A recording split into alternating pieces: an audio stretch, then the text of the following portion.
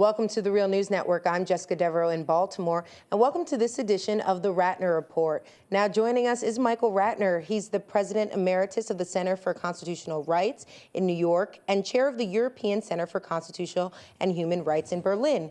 He's also a board member for the Real News Network. Thanks for joining us, Michael. It's always good to be with the Real News and with you, Jessica. So, Michael, we're hearing a lot of talks about an imminent strike against Syria. What are your thoughts? I've been utterly shocked, really, watching this unroll or unravel, but really unroll over the last few weeks. And of course, it has a déjà vu feeling. Here they are asserting chemical weapons again. They haven't been able to prove that there's chemical weapons. They certainly haven't been able to prove that Assad has used them. And yet, we're seeing a replay of what we saw in Iraq with weapons of mass destruction, another pretext, in my view, for being able to bomb Syria. And what's sad to me about it is that most of the major media, the pundits and others, all talk about, is this really chemical weapons? Who did it? How many people died? What about the Weapons Convention? And they're all focused on this question of did or did not Assad use chemical weapons? And of course, most people buying that the Syrian government and Assad did use them. But in my view, the whole issue of chemical weapons here is nothing but a pretext. I mean, we should just put to one side the fact that so far there's no absolute concrete evidence that chemical weapons were used. And even were there such evidence, there's certainly no evidence that they were used by the forces of Assad. So I would like to ignore that for a second and say what's really going on. Not really for a second, but that should just be ignored. If you look at what's happened in Syria, what you see is in the last couple of months in particular, the U.S. has begun to fund and train covert action troops from Jordan and other countries that have crossed into Syria and are actually helping on the side of the opposition. So they're beginning a process of their covert operations in Syria to support essentially the overthrow of Assad. Then you read about the targets that the U.S. would hit if they went after and did the bombing that we expect in the next few days of so-called targets in Syria that might or might not be related to chemical weapons. And it's really a surprise when you read what those targets are. And the New York Times actually published what they said was the list of the targets. They can't obviously hit chemical weapon sites because that would spread more chemical weapons. So what they can do is hit military units supposedly that have carried out chemical weapons attacks, but they don't know which ones did or didn't, or if any did. So they're going to be hitting military units.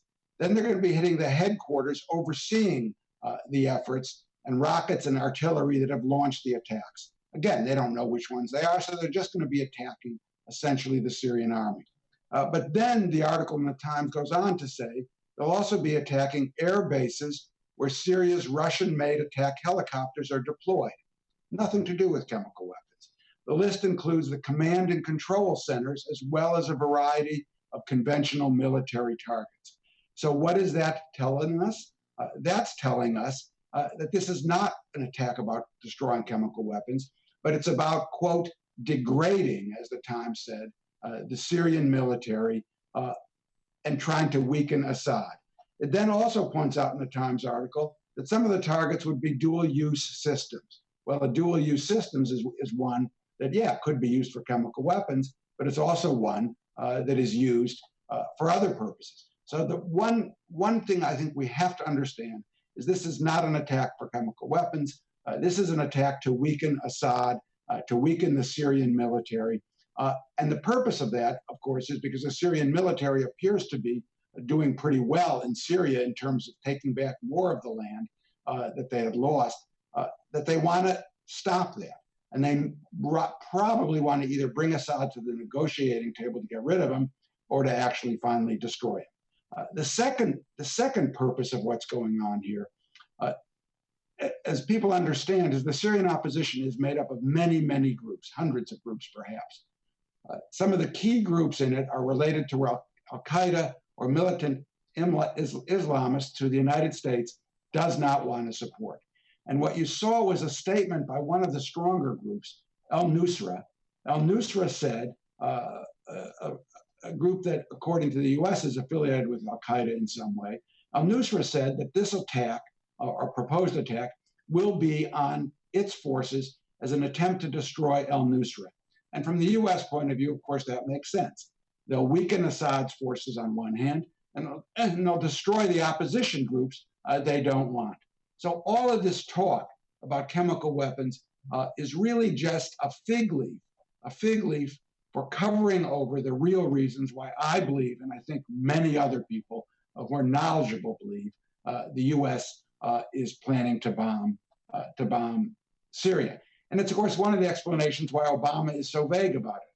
How many days are you going to do it for? 1 or 2 days? Well, you're not really going to hit the chemical weapon sites. Well, we can't because it'll spread them. So what's the purpose? It's really so that they don't, they get the idea that if they cross that line that I said, the red line, that they'll understand that there's a punishment for doing that, and so they won't do it again. I mean, it's nonsensical. It doesn't make any sense. The only thing that makes sense here is ultimately the overthrow of Assad and getting rid of some of the opposition groups that the United States doesn't want in there. So that's one, I think, important point. The second point is the legality of it all. It's shocking to me that in this day and age, after what this world has been through, that there can be any argument that what the United States plans to do is legal. For the United States to go in there, you need 2 sets of laws to be complied with. One is international law, UN law, and the other is our own domestic constitution in the United States. Since the Second World War, there's only 2 ways that you can make war on another nation. One is in self-defense. So if you're being attacked by a missile or a rocket from that country, et cetera, you can use self-defense against that country to try and stop it. And the second one was under the authority of the United Nations, the Security Council. Number one, even the United States, as many lies as it's telling us, doesn't claim that this is a matter of self-defense. No one thinks that. It's not. And it doesn't. And the second pole of that of the international law argument is the United Nations authority. And of course, there is no authority from the United Nations. There's no Security Council vote on making or waging war or using force against Syria. The United States will not get that. You have both Egypt and China. Both Egypt and China will likely veto any kind of resolution on that. So you're not going to have international authority to carry out this war. In addition to that, you're not going to have U.S. constitutional authority. Under the U.S. Constitution, the president, to make war or use military force, has to get the consent of Congress. He is not planning to do so. He's not planning to do so in part because he likes having executive power to make wars wherever he wants, and in part because he may not be able to get it. At this point, there may not be sufficient support in the U.S. Congress to authorize a war or the use of force against Syria. In that sense, the wars or the use of force will be unconstitutional as well. So there's simply no legal basis for this use of force bombing of Syria. The U.S. has sort of indicated some other reasons they've given. They talk about, well, use of chemical weapons violates the Chemical Weapons Convention, other treaties, et cetera. But none of those treaties authorize the use of force on their own. You can either take a person to the International Criminal Court, you can take it to the UN and try and get enforcement, but there's no such thing as a country doing it itself under those treaties. Bogus reason. The second one, which they barely put forth, is the duty to protect, the claim that somehow that the United States has to step in to protect a population from being killed. You know, that comes up mostly in terms of genocide. I've never seen it come up in a situation like this. And the question you'd have to ask and I don't think that there's a doctrine that's really established like that. Normally, a duty to protect is done by big countries on the claim that they're protecting populations in other countries. In fact, it's normally a way of them intervening and finding a legal excuse. In this case, the U.S. isn't really pushing that very heavily. And if it did, you'd have to ask yourself, what happened to the duty to protect over the 100,000 people that have been killed in Syria already? And what happened to the duty to protect when it came to Egypt? So 2 big points. One, that this is not a war about chemical weapons or use of force. It's a war about the U.S. weakening Assad, getting rid of perhaps some of the opposition people the U.S. doesn't like. It has no legality whatsoever. And it has to be seen really historically and even in the last decade as what the U.S. has done in the world. The U.S. has made war in Iraq, Afghanistan, Pakistan, Yemen, Somalia, Tunisia, well, not Tunisia, but those countries in the Middle East. And it's continuing to dominate those countries with war. And this war in Syria is an extension of the U.S. domination in that part of the world. You know, what was shocking to me as I close out this section on Syria is that this week, Obama, on the steps of the Lincoln Memorial in Washington, honored Dr. Martin Luther King on the 50th anniversary of King's I Have a Dream speech. And of course, that was the same place that 50 years ago King spoke from. And what's terrible and what's disingenuous and what I find to be outrageous about it is King. King in 1967, a year before he was killed, gave the famous Riverside speech, breaking the silence, about his opposition to the Vietnam War. And at that time, what King said is the United States, he asked himself really, who is the greatest purveyor of violence in the world? King said, who in 1967 is the greatest purveyor of violence in the world? And he said, my own government. I cannot remain silent.